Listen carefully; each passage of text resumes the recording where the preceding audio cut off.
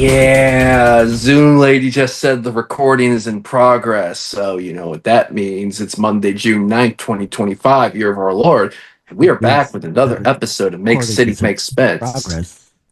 It's in progress. A lot of things. This episode is in progress. Some other things in the Detroit City FC world, they're in progress. Mm. And there's other things that unfortunately are the opposite of progress, and we're going to get into that. Garret Komat's here. As always, not alone. First off, the engineer, the namesake, the brainchild of the Majors Detroit, the hottest working supporter in the Detroit City FC game. Got to get that Kiss promo New York accent in there thick. Adam Hernandez, how are you this evening? I'm actually editing photos right now, so that's what I'm doing. You are the hardest working guy. Yeah.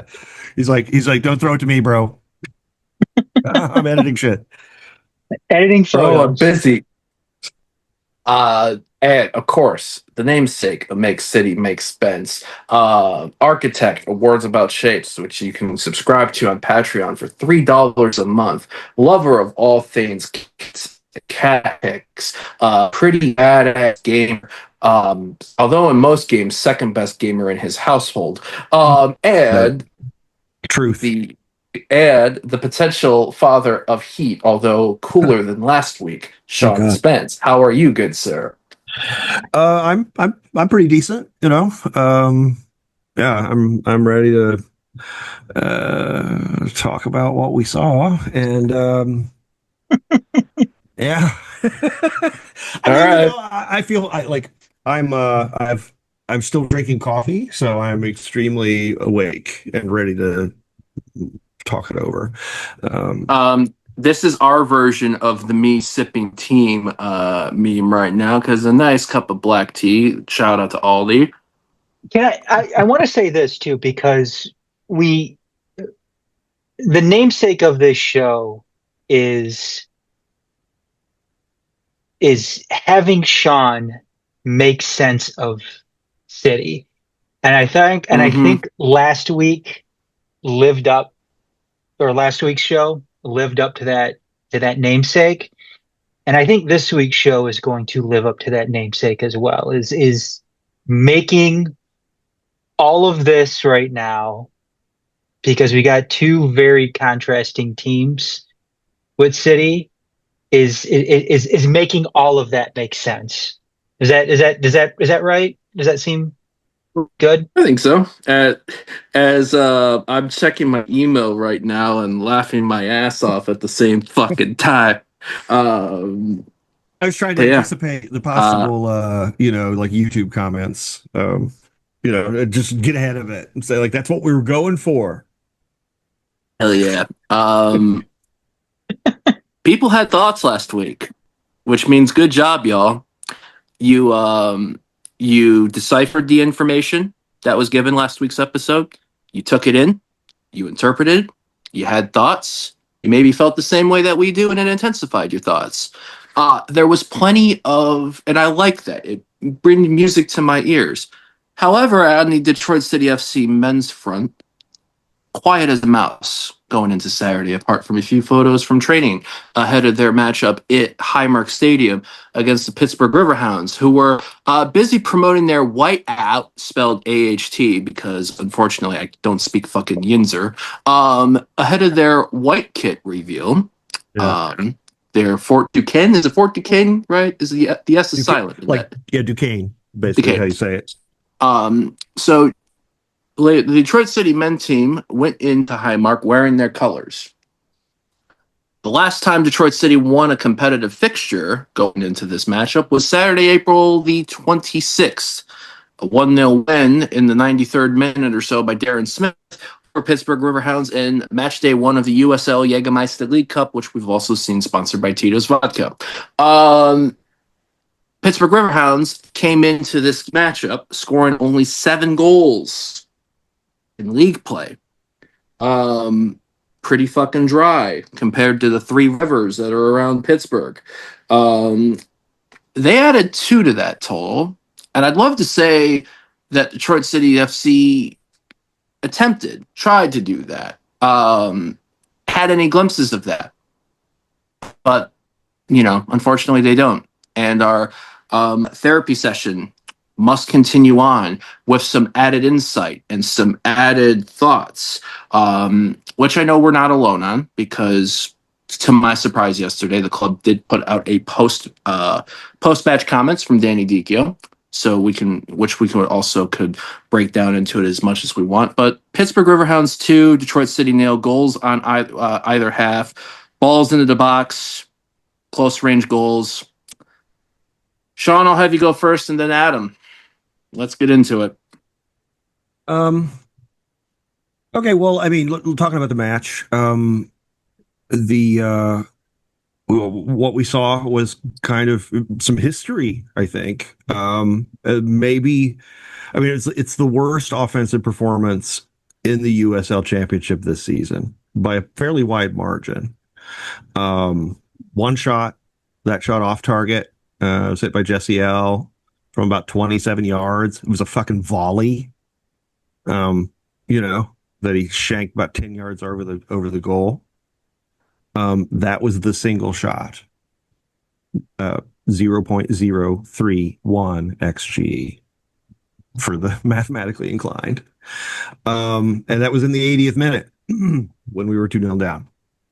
Without hyperbole, that we are talking about one of the worst offensive performances in Detroit City history, and very possibly the worst, full stop, like the worst offensive performance in club history. Men or women? Men or women? Just, I mean, astonishingly bad from a team which has shown it can do some things, but what it looked like. There's two ways to talk about it. And I want to stress that, like, I don't have a lot more data about the players' state of mind than I had when we recorded last week's session. Like, but it's difficult not to look at what happened in Pittsburgh Saturday, evening, and conclude that this is the players like downing tools, or but they took the feel. Everything was focus issues. Everything was focus issues. We were second to every ball. The passing was off, partly because we weren't moving fluidly. We were it's like we weren't putting the ball where, like, we were so shook that we kind of forgot everyone else's preferences, and we're just sort of like playing as if we'd just met. Like, it really looked like the players were either a tiny bit stoned or like they'd gotten terrible news right before kickoff, you know, like, and then they had to stumble out and play a match and couldn't find a way. Like, that was the vibe. And even as subs came in, they just kind of fell into that. Like, it seemed like nobody could turn the tide. And you'd watch a player or two, kind of, you could see them kind of realizing, like, this is quite bad, and trying to do something about it. But like, it was so disjointed. Now, the other team is playing, and Pittsburgh is defensively very good, but they're not that good. Like, they took us apart completely to the point where we just weren't even getting into the attacking third for long stretches of the match. I think they put up a graphic at one point late in the first half, and it was like, the 40th minute or something, and we had like 13 touches in the final third. 13. And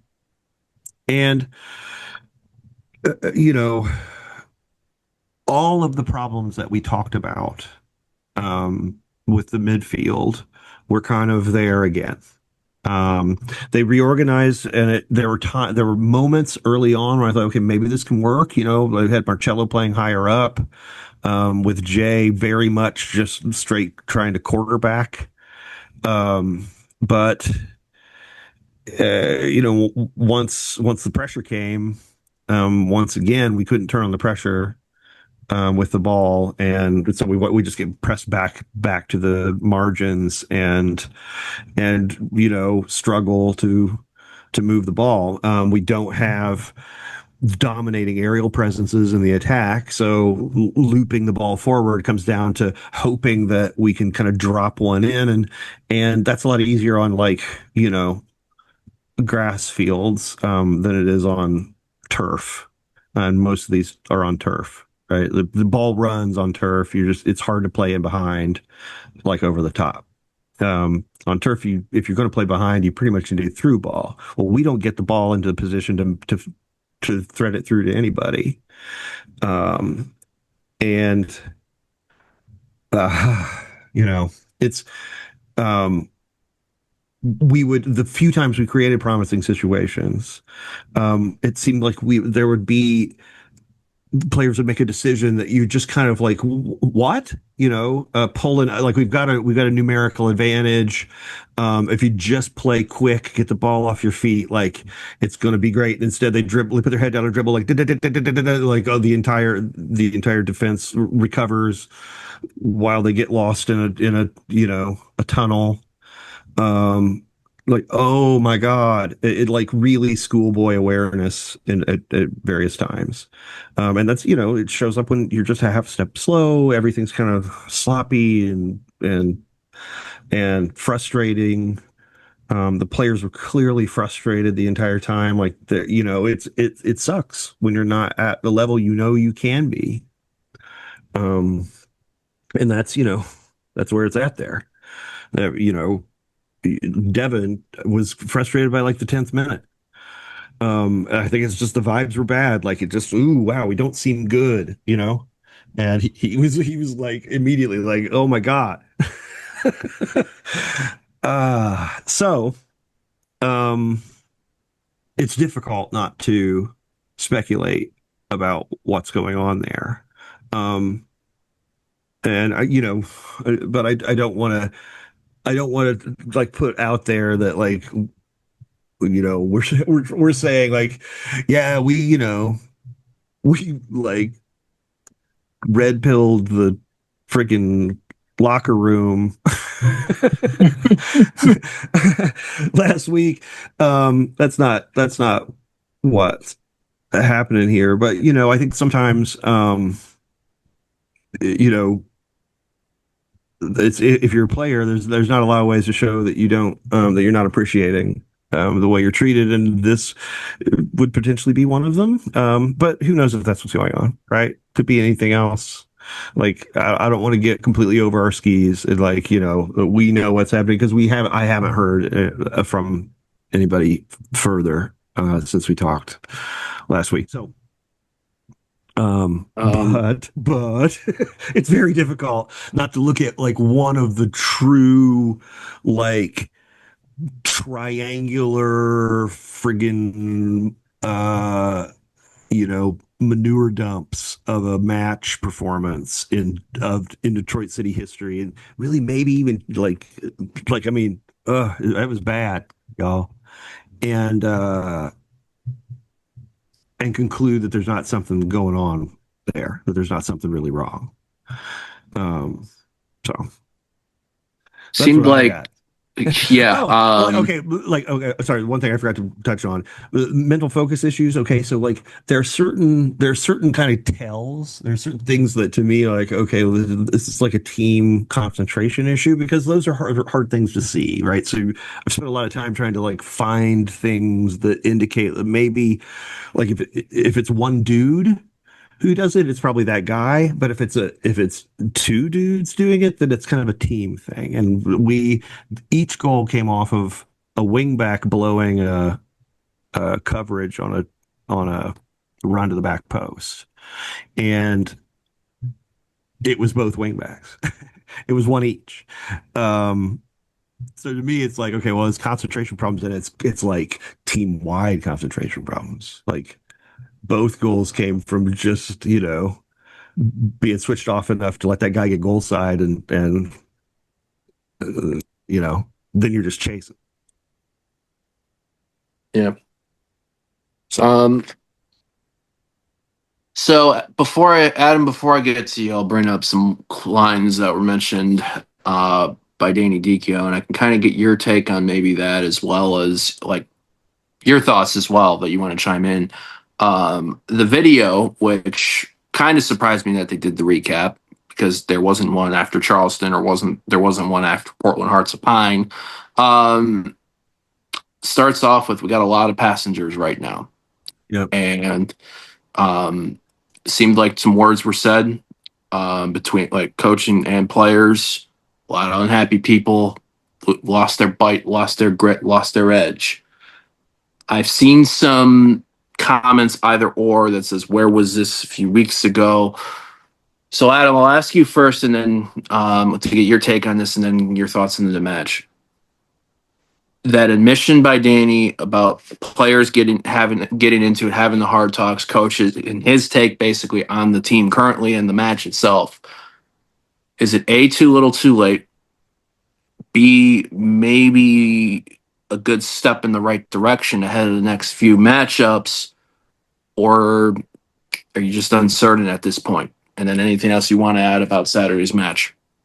I mean, it adds a little bit of context to what we talked about last week. I will say that blunt honesty in public was needed. I mean, we needed to hear something like that, and that's one of the things that's always kind of been frustrating about this team. And I'm not talking about just this team in particular. I'm talking about City as a professional side in general is trying to get these answers and these thoughts from coaches, players, because it's hard to come by. I mean, we can't even get injury reports or anything like that.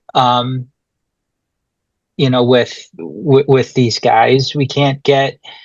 We're finding out after the fact about guys leaving the team like Ali Coote last season. It's I mean it's good. I think it's a step in the right direction. But like I said, I think it does add some context to what was being talked about last week, specifically on the podcast.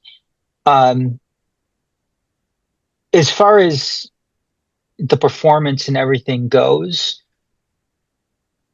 what's troubling, and there is time. Of course there's time to all of this. And, as people were discussing, what was talked about last week, I was talking to a few people and I said the good news is there is still time. There is still time for Danny to get this turned around. There's still time for the players to get this turned around. This isn't September. This is the beginning of June. And they had that good start to the season, which has afforded them that time to get it changed around. Now, the problem is, though, is they start out the season playing well. However, we've seen about the same number of games, it seems like the same amount of time this season of them just looking just horribly bad. Like Sean was mentioning, that's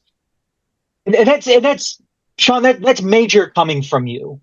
Coming out and saying that is one of the worst offensive performances in City history. I hope people listen to that, specifically the team, because I don't think Sean is wrong in that. And Sean you've been around for a long time. You've seen a lot of games.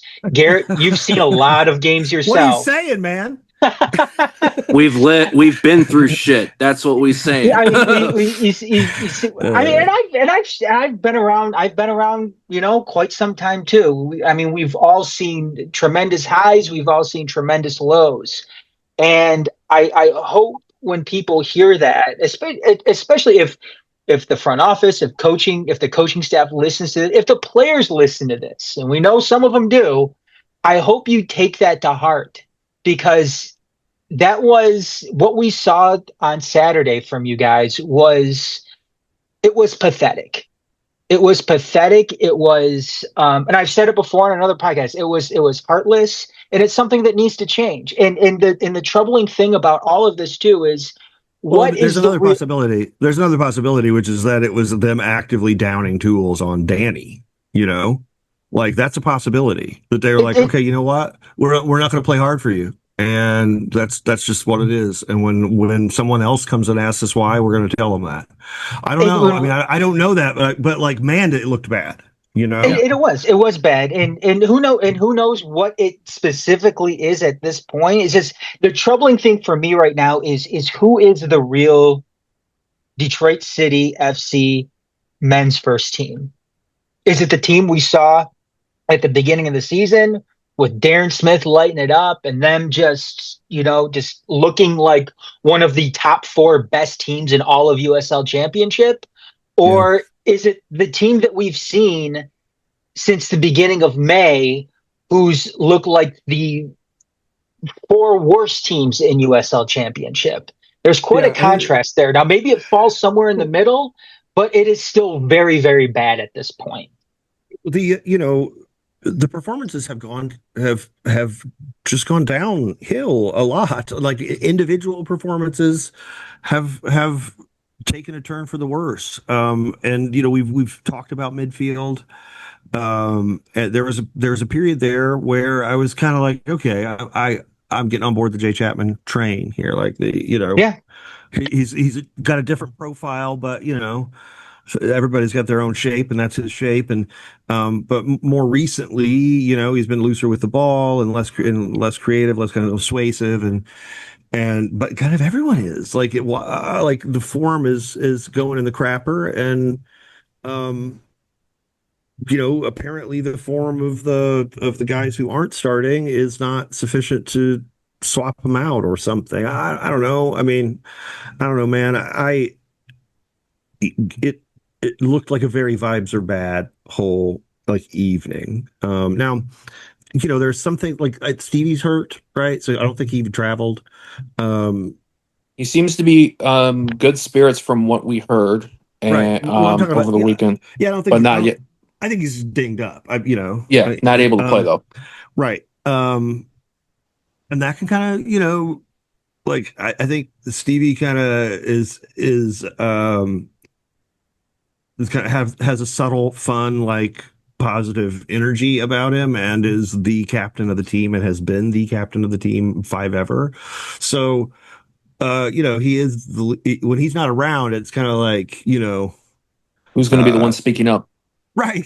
Well, they're like, and so I'm, you might have like different characters who think maybe they are the natural, follower or next guy, and not general agreement among the playing staff who it is or whatever. It can get kind of awkward.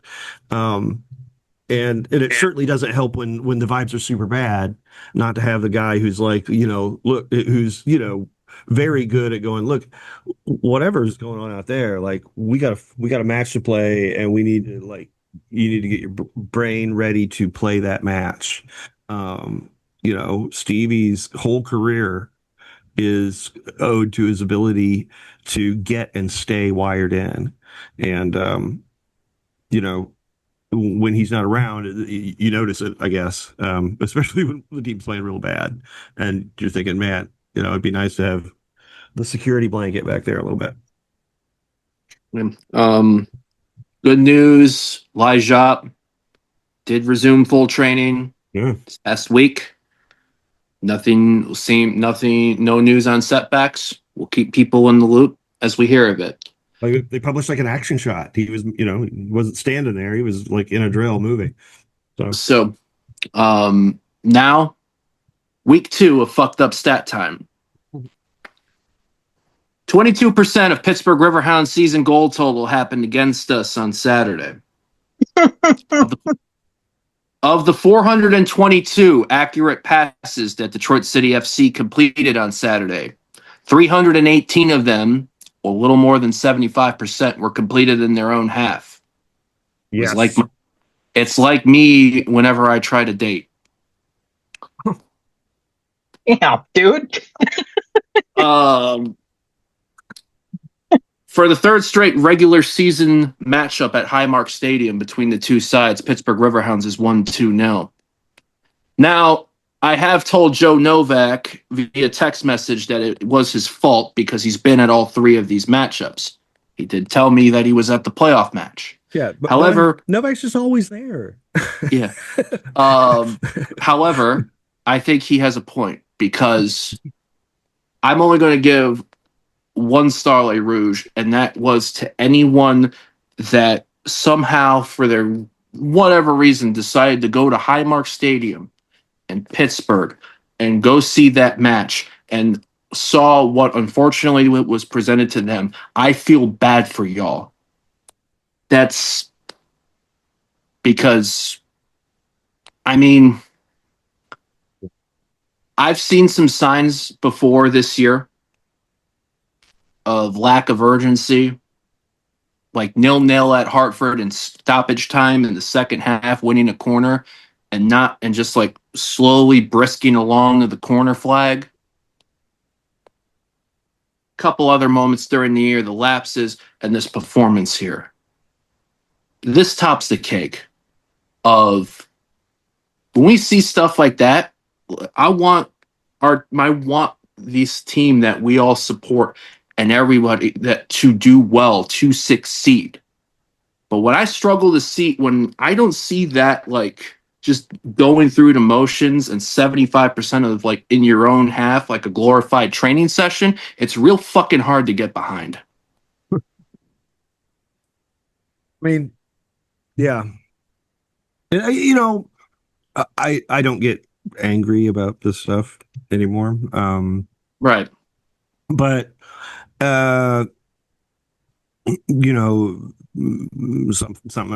not right there. And these stories wouldn't be interesting if they were one note, right? So Yeah. this is helping tell a more interesting story, which is great. However, when you're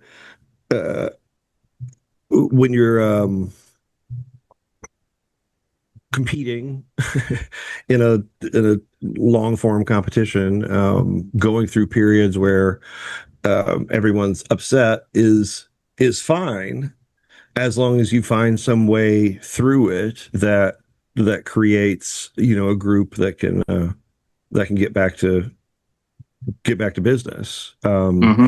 And we'll see how this goes. This is so I've been around teams that have, I used to cover the Chicago Fire. Okay. I've watched teams sort of collapse mentally and emotionally at this point in the season several times. And what generally happens now is a lot of finger pointing from the players to the players, from the staff to the players, from the players to the staff, from the staff to the front office, from the front office to the staff. Like a lot, because the real secret is no one really knows what the right thing to do is, right? Like, I mean, football is in a lot of ways ineffable. So that will start happening if it hasn't already. And I kind of wonder if that was what was happening in the locker room after that match, was some of that finger pointing energy really coming to the fore. The problem with it is it can feel like justice in the moment. But unless everyone's like on board with like being emotionally healthy or whatever, like a lot of times it comes down to power, and yeah, it comes down to power, and that sucks a whole lot. It's every bad primate thing. So let's hope it's not that. And that's one of the challenges too for Danny is being able to get something like that under control. I mean, that's one of the one of the aspects where a coach makes their money is Right. is being Well, able to like, manage something like that. yeah, the thing I worry about is like last week I indicated, and I still believe to be true, that the players that feel alienated by Danny's style, and his tendency not to be willing to have like conversations about things, or to be, kind of standoffish or whatever. He'll isolate guys, just sort of not recognize them for a while, and put them in the darkness and see how they react, I guess. It's like, because it's happened so many times now, you feel like it's either a strategy, or it's like some sort of emotional thing that he's completely blind to, right? I'd like to think strategy and not mental illness. So the if you imagine that to be true, then it seems to me the most likely outcome of this in the immediate, right now, is kind of a witch hunt, like a drawing of lines and all that. And I really hope that the people involved are able to avoid doing all of that, primate nonsense, and can just speak to each other honestly, and receive what's being said without, reference to the art of Canley, vendetta. So we'll see how that goes. 15 It's a story waiting to be told, I guess. We'll, Yeah. to be continued. uh 15 goals now conceded by Detroit City FC after 12 games played. They are now at a 0 goal difference, so scored as many as they have conceded. They are now in a three-way tie at four of teams that have won 4 games in the Eastern Conference, now in fifth place because of North Carolina's win on Friday over Hartford Athletic. They are ahead of Pittsburgh by 3 points because they have played one more game than Pittsburgh. And also with 4 wins, a team that eclipsed their season win total of last year by way of defeating Rhode Island in Rhode Island 1-0, and a team we play into, not this coming weekend, but next weekend, Miami FC, who have played 2 games less than Detroit City FC. Yeah, it's just wild. Next up, Loudoun United on the road this Saturday, June 14th, 6 p.m. Eastern. Loudoun are not, Adam, I think as you've referred to it before, this isn't your dad's or granddad's Loudoun. Third place in the East, third place in the Eastern Conference. Like, the thing is, it's literally the same guys as last year, right? Like, it's not like they brought in a bunch of dudes. I think it's just like they're really come together. I know that Tommy McCabe is like one of the central pieces of their success. Former City player, brief tenure with City, like brought him in, and then they traded him, I don't know, like 10 matches in. Involved in the Dario Suarez and Brett Levi's deal. Right. Yes, that's right. Oh, God. Brett Levi's is part of that lore that brought Dario to City. Right. It's like the Gretzky trade. It's like who did Edmonton, or who did the Kings trade to Edmonton for Wayne Gretzky? That day should be remembered for the greatest free kick goal scored, men or women, by Detroit City FC, Sid Bloomquist against Ann Arbor, but instead it's going to be remembered by most of Noam Bianchi's tweet of Dario Suarez coming to Detroit City FC. I mean, yeah. The media matters, and unfortunately, Sid played in an early era where the women were barely even on a stream, much less able to be gift and retweeted. So yeah. I don't know what to say about the guys. I'm kind of ready to transition. I think was that with Sid, the transition? Did I just step on that?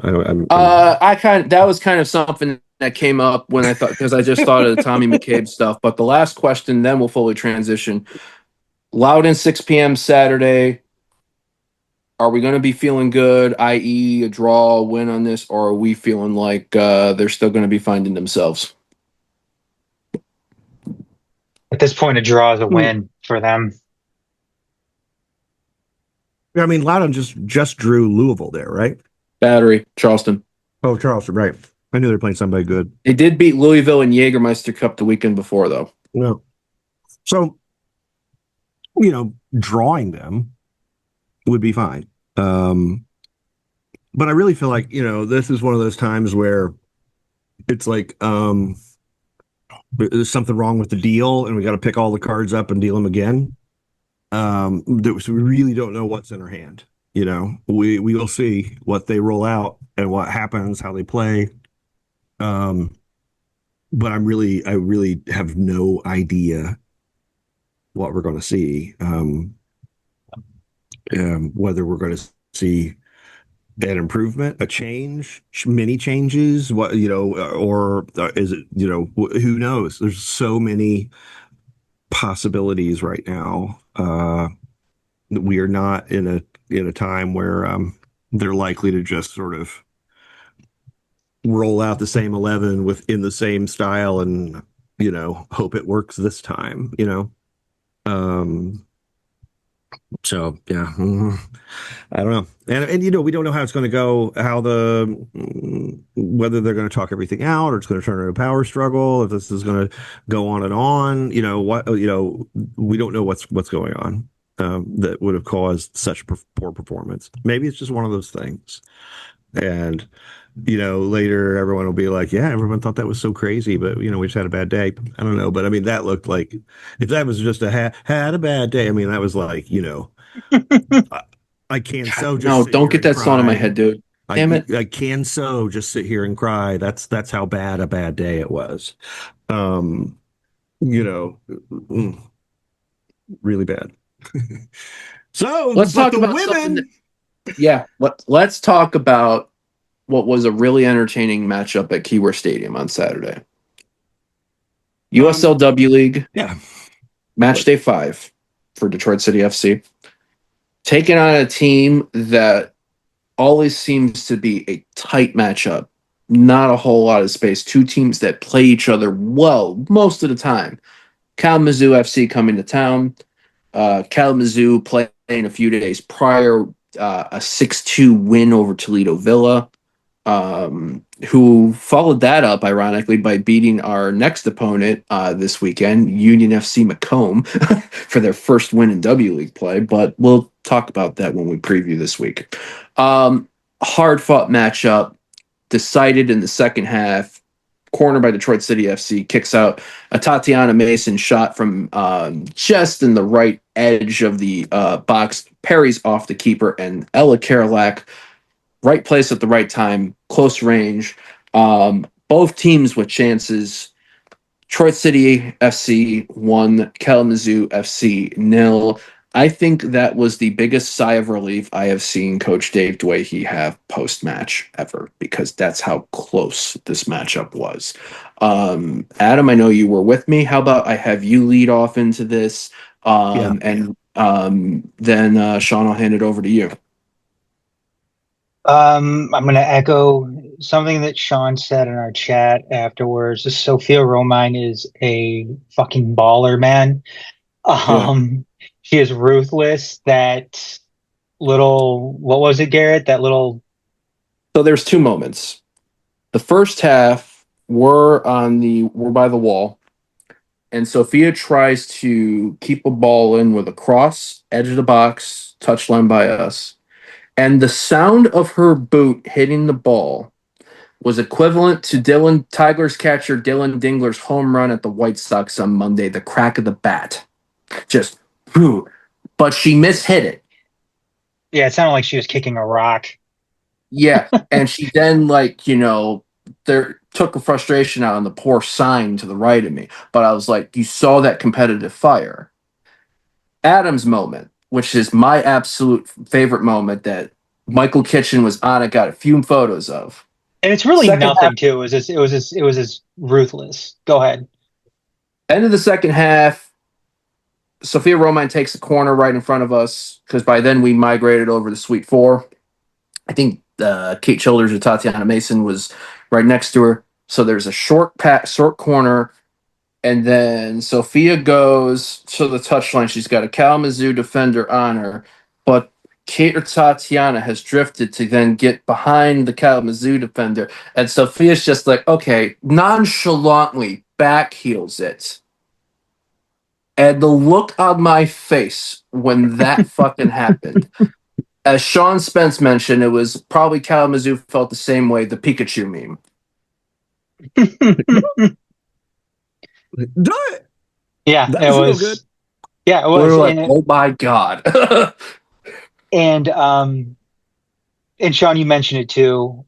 It seems like week after week, just them getting their players back,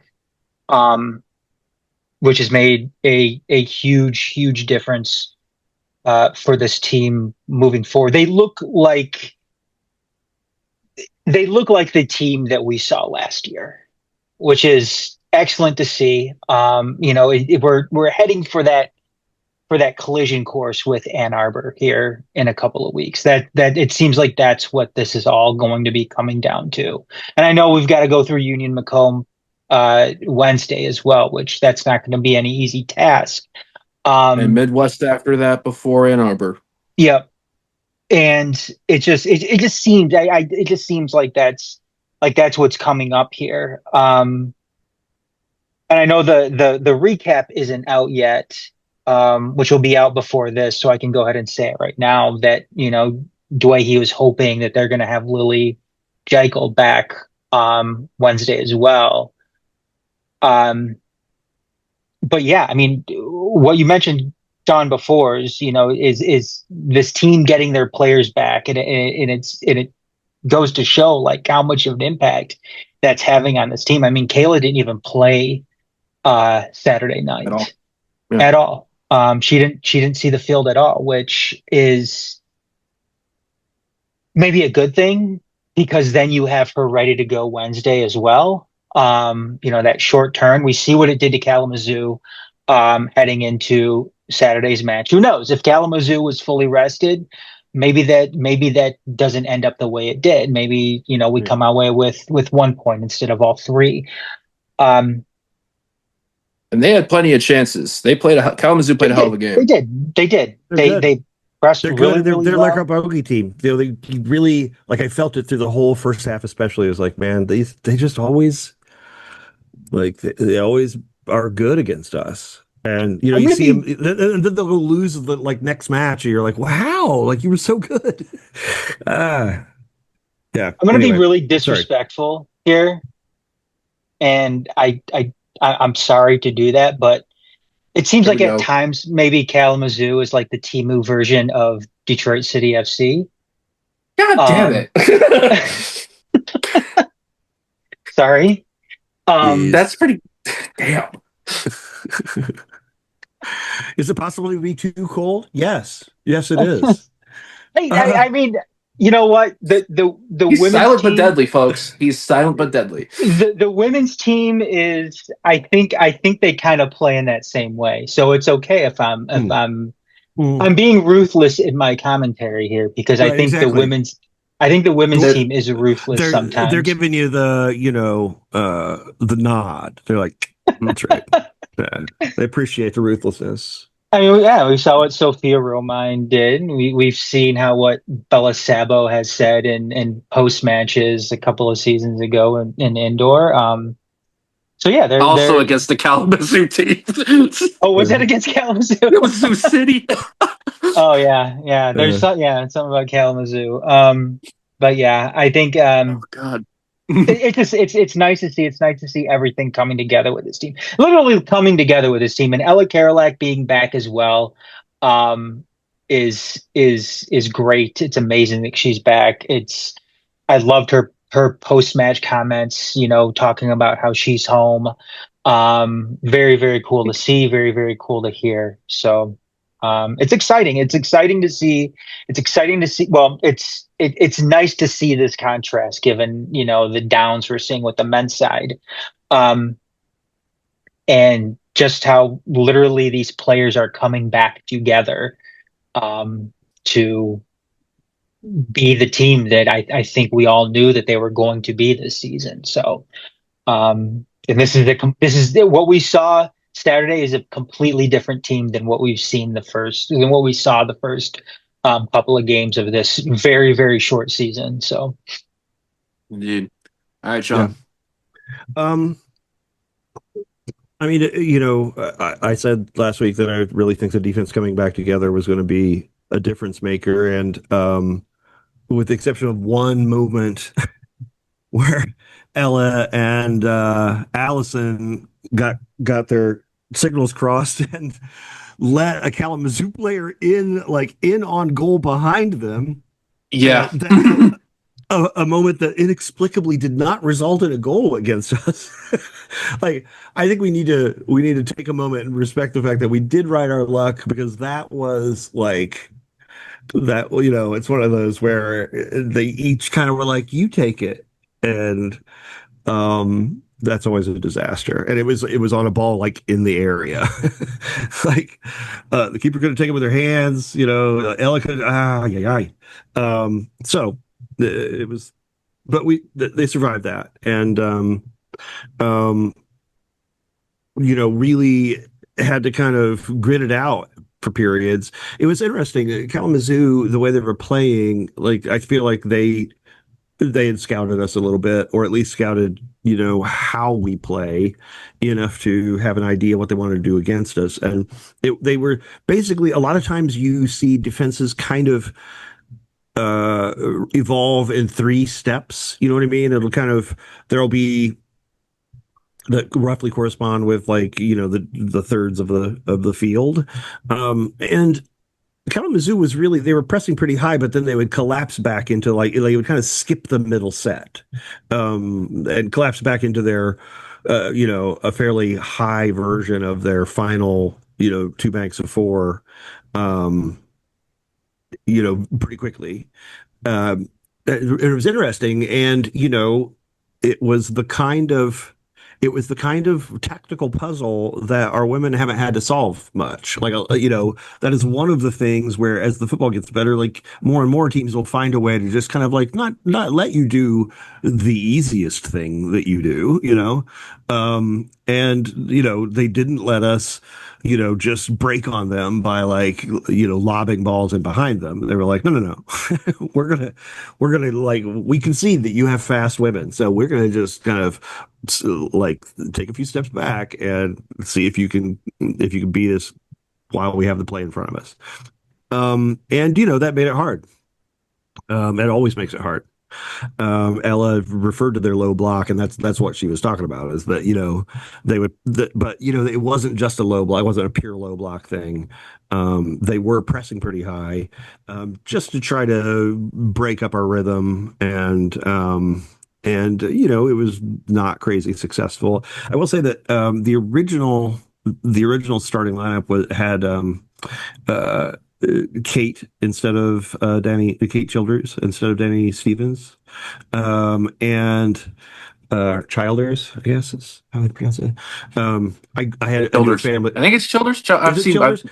Jared Childers? says Childers, and but I grew up with a family, in Indiana named Childers, so I just read. Maybe it is Childers. Childers, and I'm thinking Maybe of Tyler yeah. Childers. Damn Maybe it. maybe they say Childers, here, that's whatever, or Childers. Sorry. So Kate, anyway, was originally going to start, but then they realized kind of last minute that, oh God, like, Danny's going to Florida for Yeah. a period of time that's going to take her out for the rest of the season, and so this was farewell, and like, okay, well, Kate's going to sit and Danny will start, and that did kind of unbalance the team a little bit, because you in Kate plus somebody gives you a really rangy, tall, hard tackling defensive presence, and that's usually paired with one of the passy women, so the Tatiana or Danny.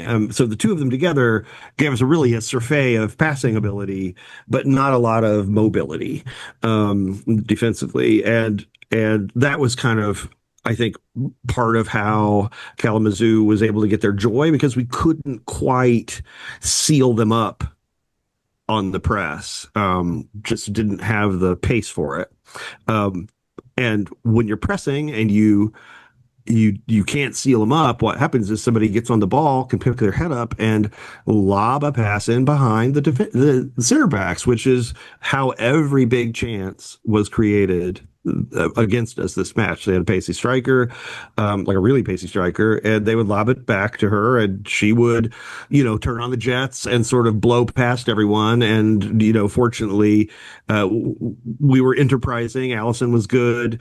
Everyone was, good at emergency defending, and we were a little fortunate. But that's how everything's connected to football, and that little thing kind of unsprung us a little bit and made it pretty hard.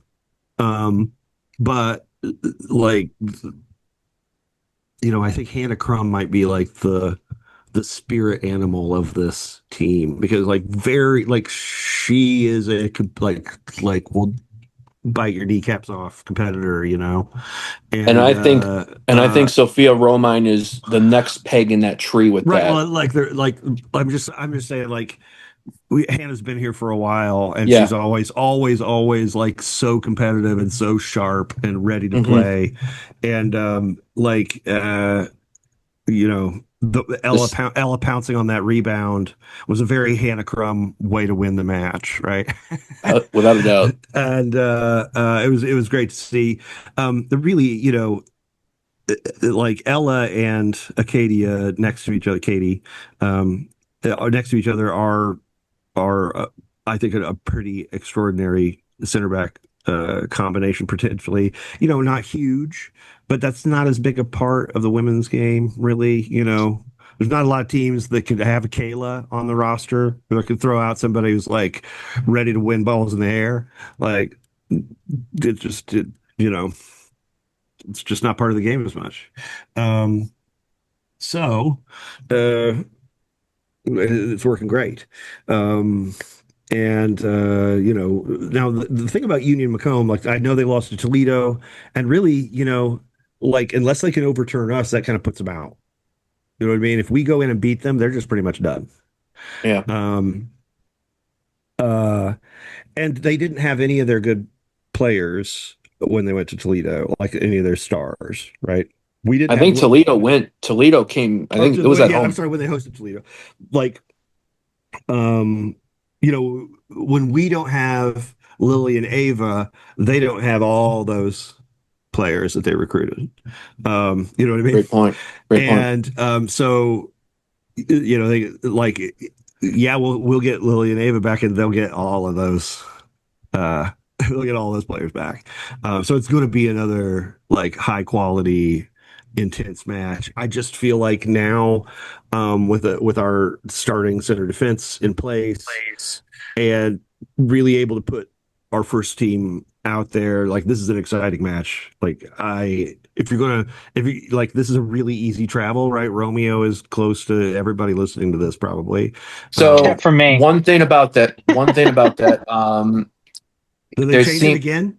Well, there's from our club context, there's confirmation that they're waiting on, because apparently the master document that they've received was Utica, whereas the Swinehart Field, which is 21 Mile and Van Dyke area, however, the W League website and the Union website say Romeo Bernabel Field, which is 29 Mile in the M53 Expressway. We still haven't settled this?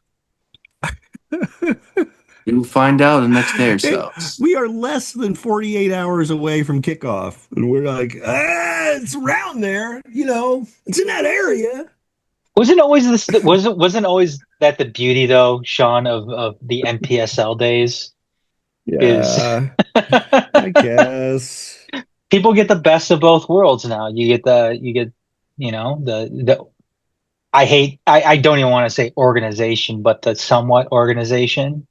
It's more organized in USL Championship, and you still get the you get to experience what it was like back. You get a little sniff of the weird.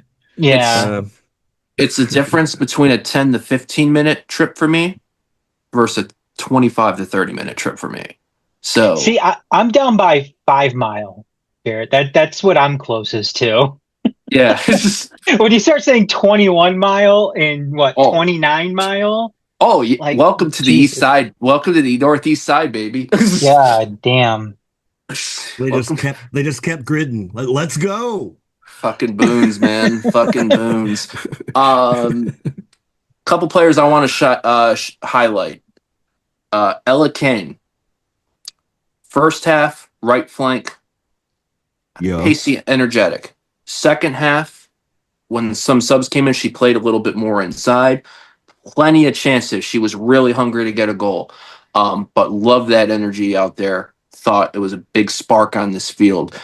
Cameron Evans, who came on in the second half, number 19, up top. Adam, there was a moment where there was kind of a loose ball, and then she got in front to the Kalamazoo defender and saw that the keeper was off her line and put that, what was it, 25, Yeah. 30-yard attempt to try to get it in. Yeah, it was a good Which if idea. Yeah. Yeah. Because it was either two options: play that like that, or try to play the wish ball across and hope Ella can get it in the box. Went for option one, which I think was an inch close to making it 2-0 and putting the match away. But I just thought so many people put a great shift in. Was really impressed with both of those. Obviously, you talked about Hannah Crum's just competitive fire. Sophia Romine with it too. I feel like Hannah Crum and Sophia Romine are what I refer to as the disciples of Danny Evans. Just that competitive Well, carrying let's that. be fair. Like that's just that's the team, right? Yeah. That just like fire energy. And I'm like, okay. I'm really excited. And also, I'm not trying to promote table watching of other fixtures around this division. However, Ann Arbor's next two matchups, this Wednesday, June 11th and Wednesday, June 18th, are a home and away against Kalamazoo. Yeah. And if Kalamazoo play anything like they did against us on Saturday, they're taking points in maybe both of those matchups. Yeah. I think we win out and win this division. I think we go 8-1-1. And are right back in the playoffs.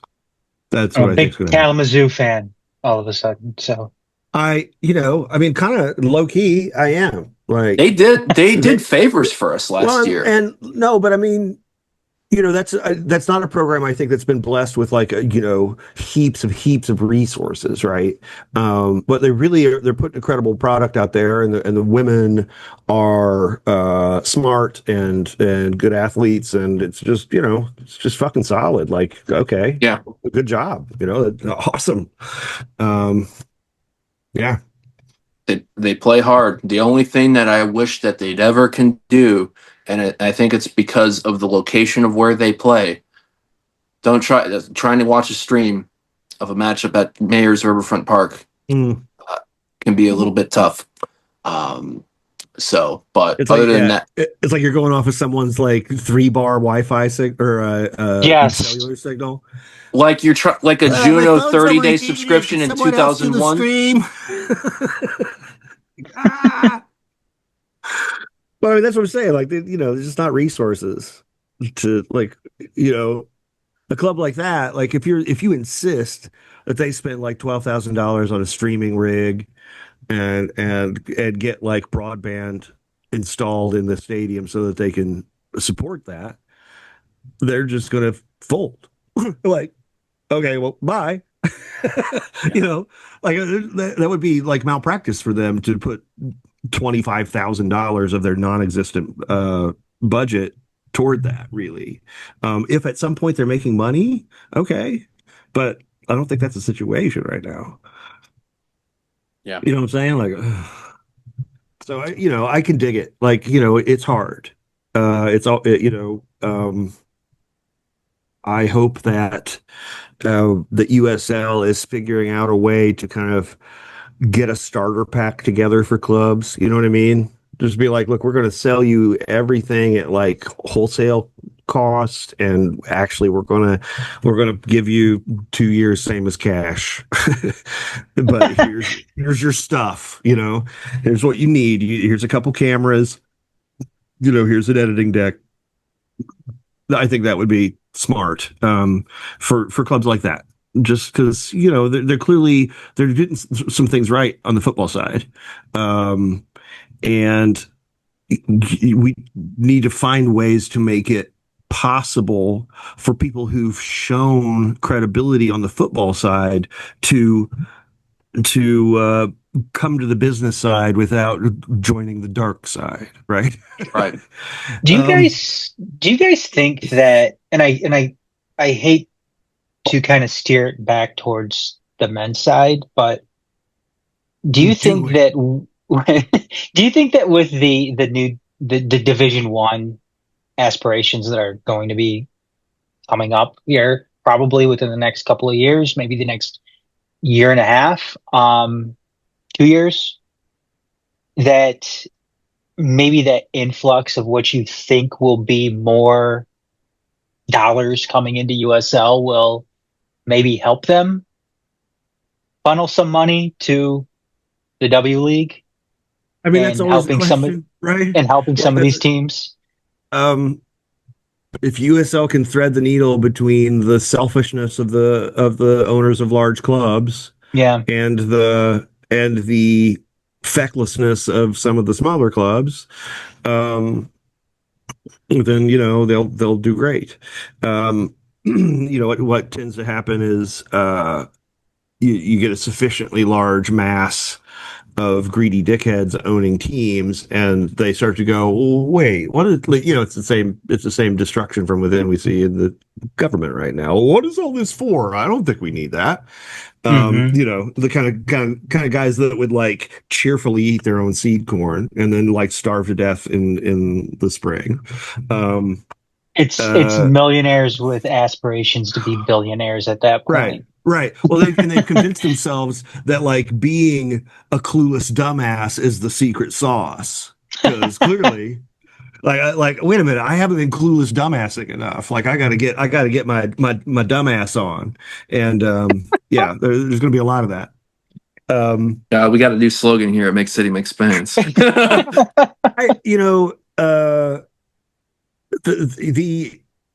I think at one point I was pretty, I felt like City would naturally have a Super League team once the stadium was ready. I think it's more likely now, given how much hesitation they've had to putting resources into the women's side.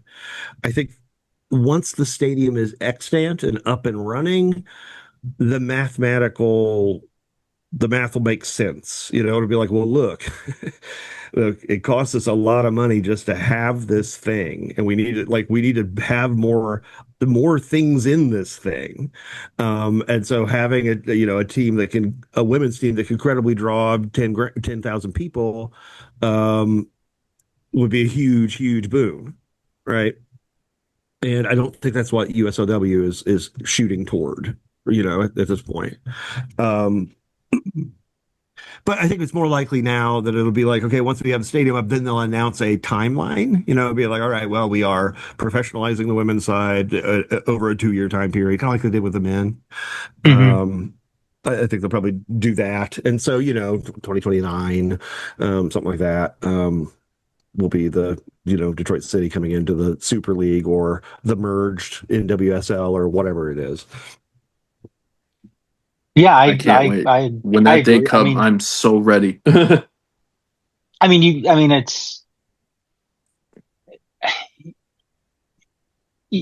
seems like you have to make that big investment into the women's team, and maybe that's it. And I know, we're talking about investments. You're like, well, this team is making a huge investment in a new stadium. Right. Yes, that's an investment into the team, but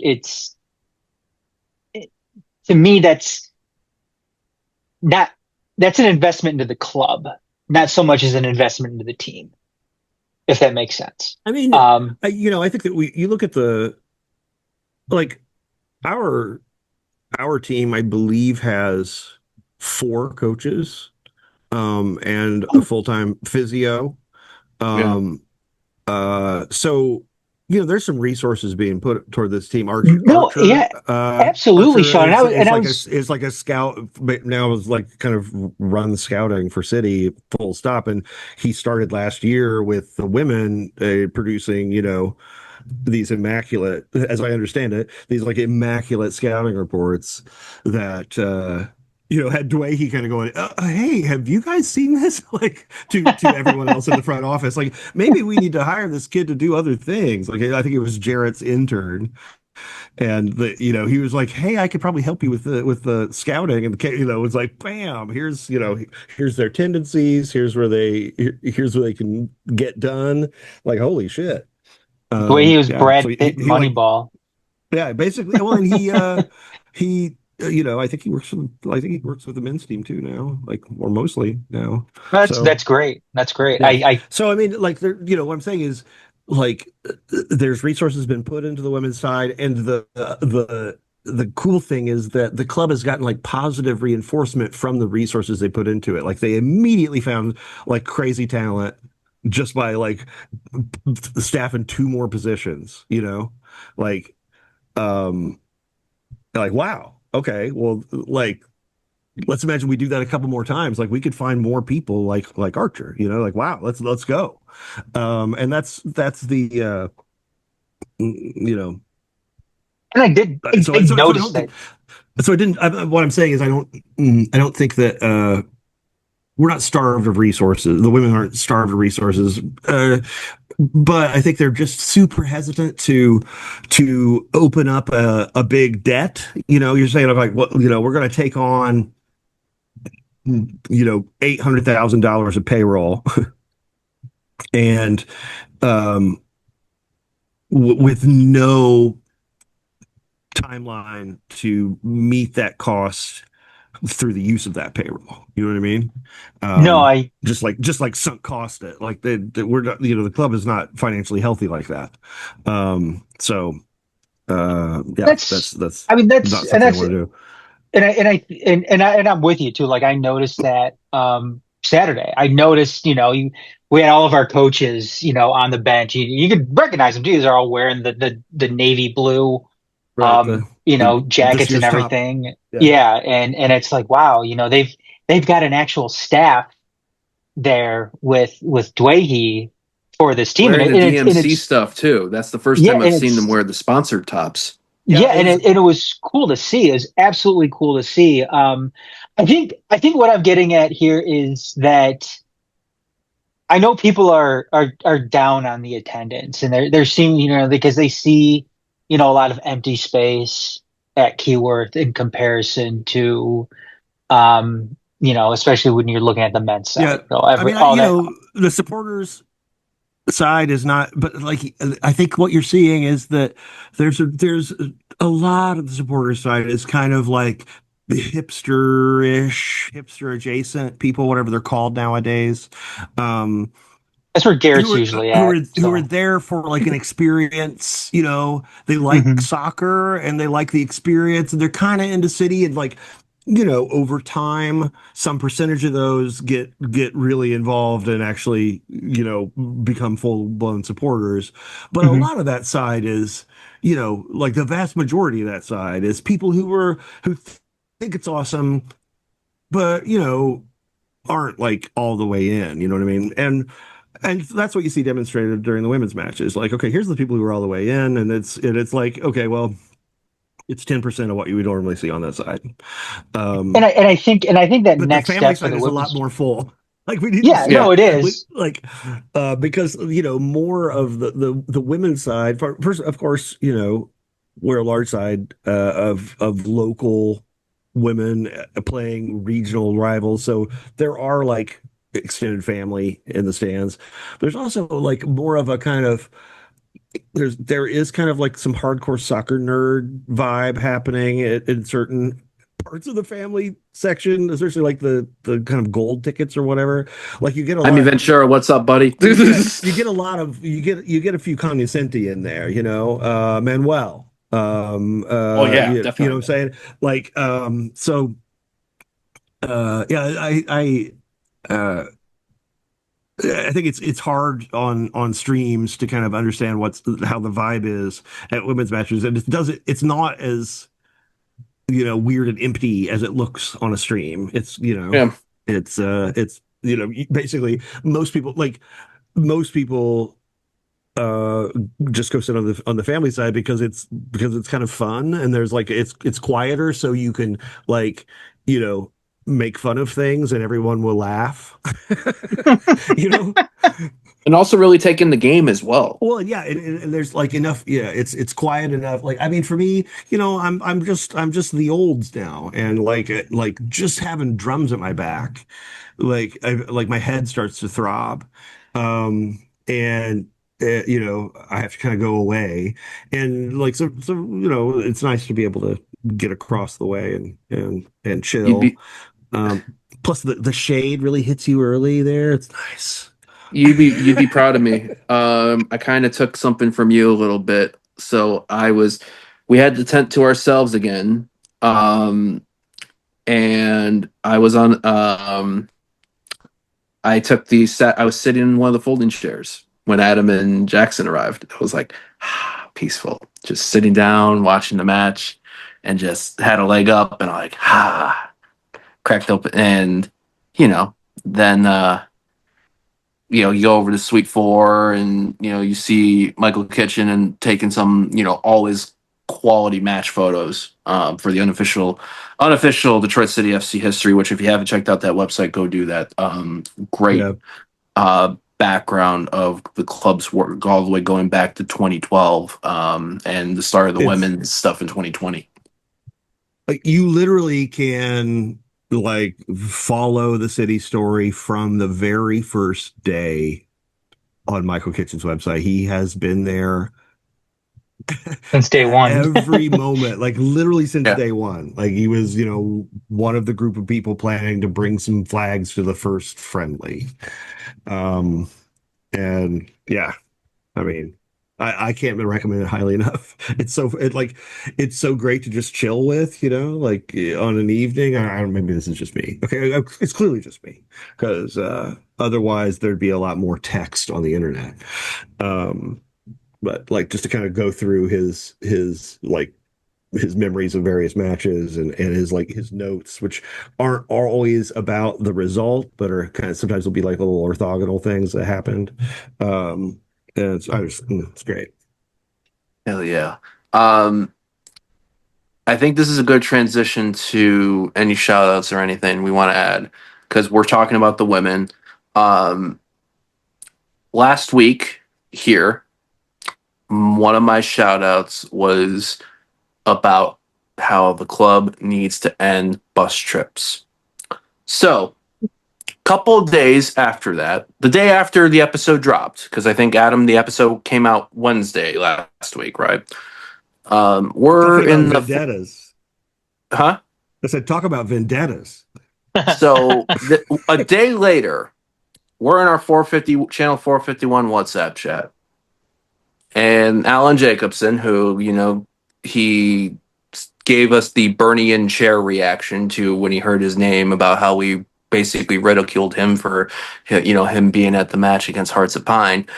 He talked about that he received season ticket holders got an email about a bus trip for the women's regular season finale at Kalamazoo on June 28th. Dear God. And What kind of fuckery is going to happen in Kalamazoo? so on one We need hand, that match. That bus trip needs not to happen. so two things here. Driving cars like Henry Ford demanded. On one hand, on one hand, the women may not be affected by this curse. It may just be a men's thing because we've already seen whatever the men have been lately, the women have been the opposite. The women have been a shining light in the men as opposed to the men's darkness. Well, On there's a possibility that women are immune to the bus curse. Yeah. That would be fantastic. On the other hand, I'm channeling that famous Peaky Blinders clip. No fucking bus trips. No bus trips. No fucking bus trips. No more fucking bus trips. None. Good. Wow. And scene. Fantastic. I wanted to do a Barmy accent, but instead it came out a whole lot fucking different. But Thank you, Mr. Komatz. We'll call you. point being, I don't know what to make of that. I'm slightly scared. And no, I'm not. If they do a bus trip, I ain't fucking doing a bus trip. I will, as Sean Spence goes, I will get in my busted ass car or ride with Adam if he wants to carpool and go to Kalamazoo on Saturday, June 28th to Mayor's Riverfront Park. To be clear, I would love for it to be possible for all of us to get to all of these matches with public transportation. I think it is not a crazy dream. I think it's something that should be viable. Indeed. But we were until recently the wealthiest nation in the history of the world. Now it's like it's rough. Yeah. What else do we want to do for shout outs? Shout out, Sean. Shout out to one of the realest real ones, Sly Stone, who passed away today. Sylvester Stewart was his real name. One of the best to ever do it. Always real, always hopeful. A guy who like a kind of a real genius. Who, if you revisit the Sly and the Family Stone stuff, now the classic stuff nowadays, it's surprising how, first of all, relevant the themes are, and secondly, how hip the music is. It was really experimenting with different sounds and all through the late 60s, all through the early 70s, when other performers really turned bleak and despairing, he kept it, hopeful but real. So rest in peace, Sly Stone. Hell yeah, man.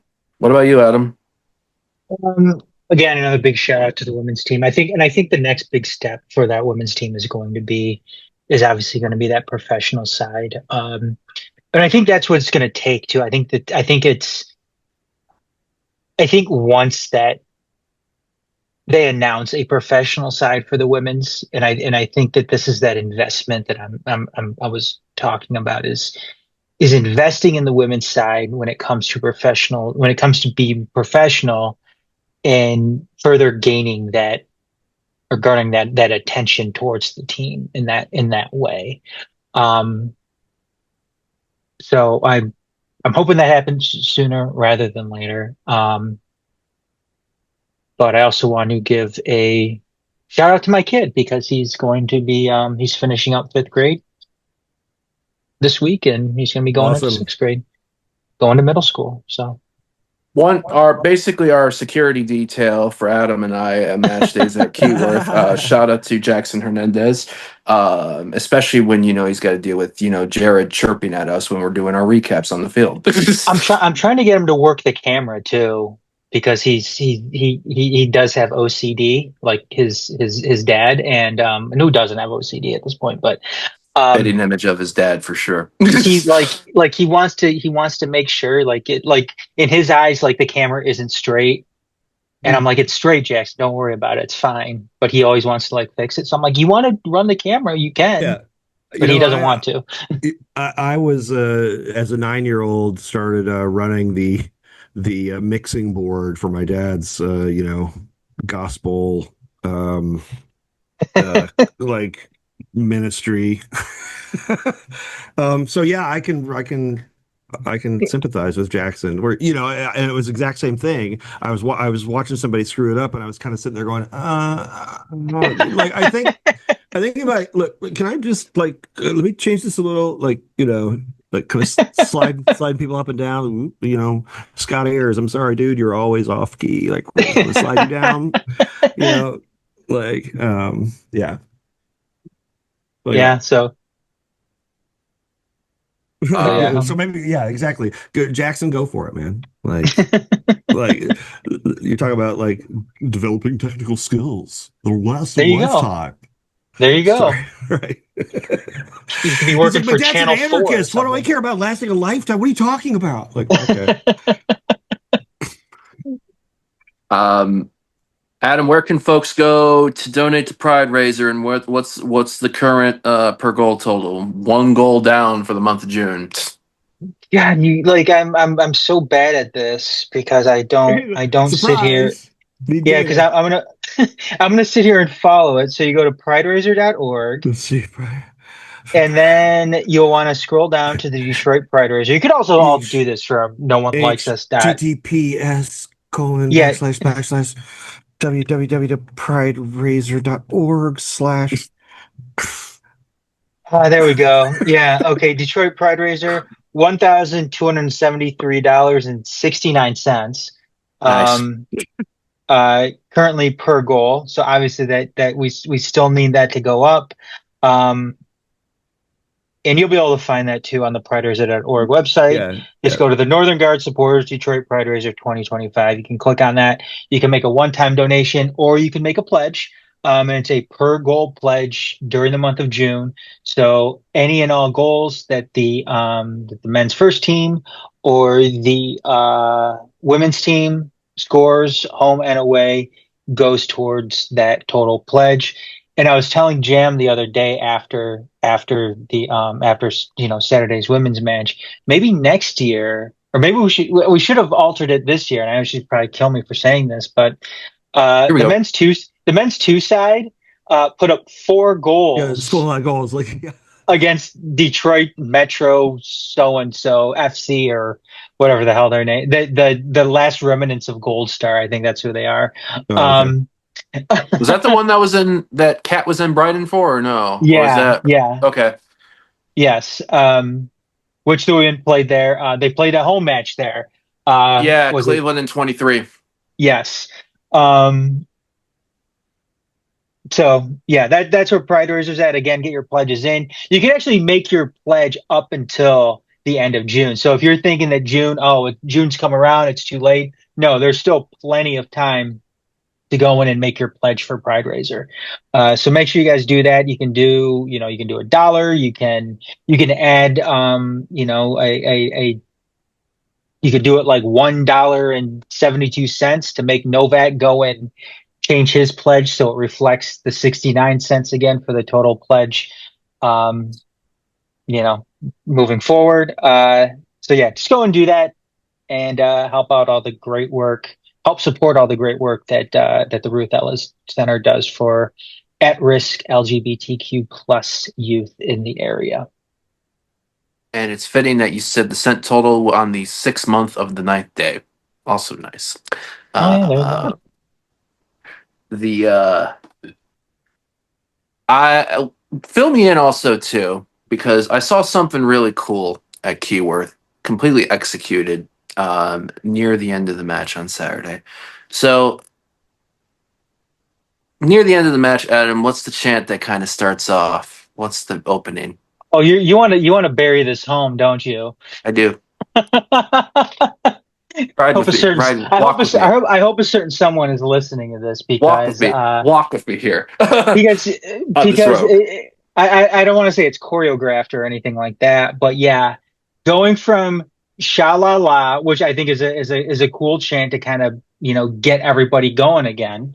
Slow Um, drum roll too, which builds the mood. yes, it's a build up, and then you climax to Detroit, and as soon as Detroit starts is when everybody pops a smoke, and they did that Saturday, which was amazing to see. Um, and Mood shifter. Yes, absolutely. It's soccer SG orgasm if you wanna label it something. Um, Sean Spence, you're great at words like this. Should we call this anything different? I mean, I feel like we're gonna get like school marms in here going like, orgasm, but yeah, orgasm. but it was great. It was great. It was everything that I thought it would be. And yeah, hopefully that continues. even though there are some people who don't like it. And yeah,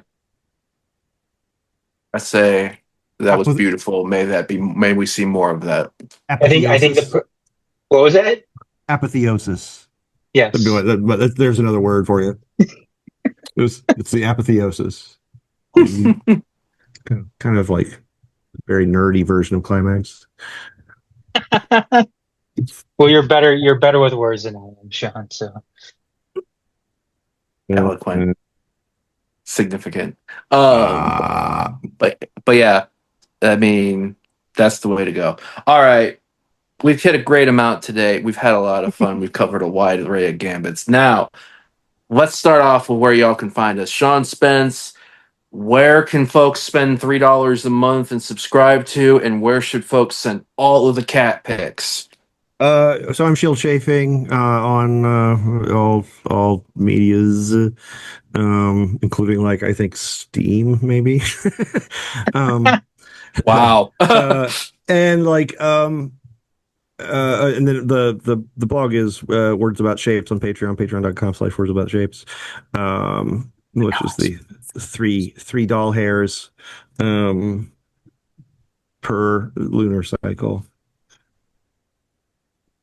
So yeah, that's me. The shield chafing is like, Gmail, the social media, whatever. Take it. Hell yeah. Hell yeah. Cat pics, man. Send the cat pics. Oh, cat pics, Cat yeah, content. definitely. Cat pics, definitely. I really don't look at Twitter except for cat pics, so I will see your cat pics on either Blue Sky or Twitter. I realized I fucked up because I was at our dear friend's house, the Ridgeways, yesterday, and they have the two cats, and they were just both being majestic, and I was like, God damn it, I should have said the pic. My bad on that. Save that for next time for Dean and for when next time I see Dean and Tyrone.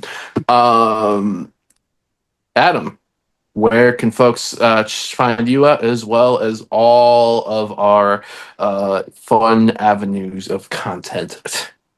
find me at TMSNX Adam on Twitter and Blue Sky, and you can get the Majors Detroit as well as Majors Detroit at TMSNX Detroit on Twitter, Blue Sky, Facebook, um,